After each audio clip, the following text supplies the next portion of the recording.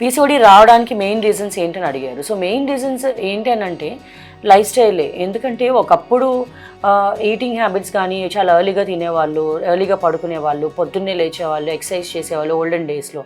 And everything was fresh fruits and fresh vegetables, అంత pollution ఉండేది కాదు, వాటర్ కూడా పొల్యూషన్ తక్కువ. సో ఉండగా ఇప్పుడు మనకి అడ్వాన్సెస్ పెరిగే కొద్దీ water pollution, food pollution, air pollution ఎక్కువగానే ఉంది. అండ్ అడల్ట్రేషన్ ఆఫ్ ఫుడ్ ఎక్కువగా ఉంది. అండ్ జంక్ ఫుడ్ ఇంటేక్ ఎక్కువగా ఉంది. షుగర్స్ ఇంటేక్ ఎక్కువగా ఉంది.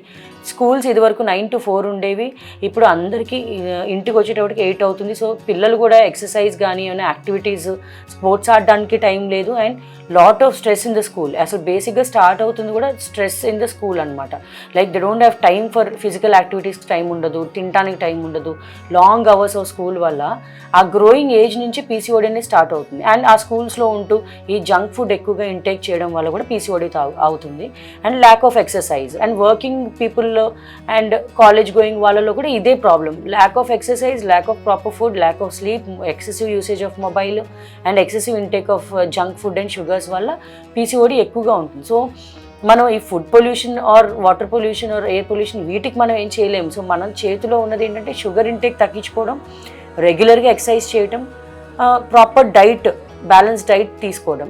సో బ్యాలెన్స్ డైట్ అనేది ఏంటనేది మన న్యూట్రిషన్ వీడియోలో ఉంటుంది. సో బ్యాలెన్స్ డైట్ తీసుకోవడం. అండ్ నేను చెప్పేది ఏంటంటే మదర్స్, స్కూల్స్ మ్యాక్సిమం 9 to 5 ఉన్న స్కూల్స్ అయితేనే better. This is my sincere advice to the adolescent girls.